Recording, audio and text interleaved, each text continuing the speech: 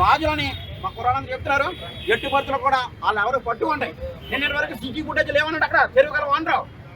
ఈరోజు city footage ఎలా పని చేసినాయి? ఎందుకు ఆయన భయం? మీరు సరైన రీతిలో విచారణ చేయండి. లేదన్న కదా తీవ్రమైన పరుగులు ఎదుర్కొంటారని చెప్పి హెచ్చరిస్తే జరిగినంత మీరు నెల్లిరాజు మాలమహానాడు రాష్ట్ర అధ్యక్షులు మారుతాను. మనకి వర్ధనపు కిరణ్ కుమార్ అని చెప్పని గత కొన్ని రోజులుగా అదృష్టమైన సంగతి అందరూ తెలిసిందే.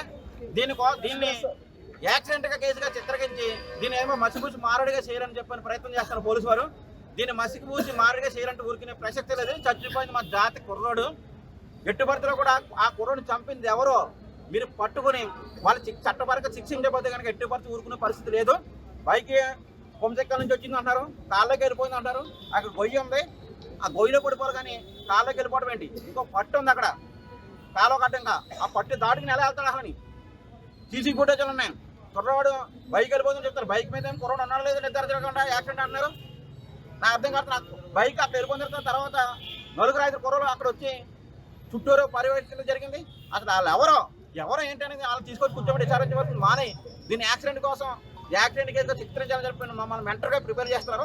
ఎట్టి వ్యక్తులు కూడా మెంటల్గా ప్రిపేర్ అవడానికి మేము దద్దమ్మలు కాదు. ఎట్టి భర్తలో మా జాతిలో కుర్రాడికి న్యాయం జరిగే వరకు ఈ కుర్రాడు పోస్ట్ మార్టం తీసుకెళ్ళి బాడీని అక్కడ కూడా పెట్టి అక్కడే కూర్చుంటాం. ఎన్ని రోజులు అనేది కూర్చుంటాం? ఎవరైతే ఉన్నారో ఈ కుర్రాడు చెప్పడం వాళ్ళని పట్టుకునే వరకు ఊరుకునే పరిస్థితి లేదు. మీకు చెప్తున్నామని పోలీసు వారికి మీరు స్వచ్ఛందంగా నిజాయితీగా నీతిగా మీరు విచారణ చేసి అసలు రోజులు పట్టుకోకపోతే కనుక ఎన్ని రోజులైనా అక్కడ వరకు కూర్చోవటం తెలుసుకుంటూ జైపీతో మీరు నెల్లిరాజు.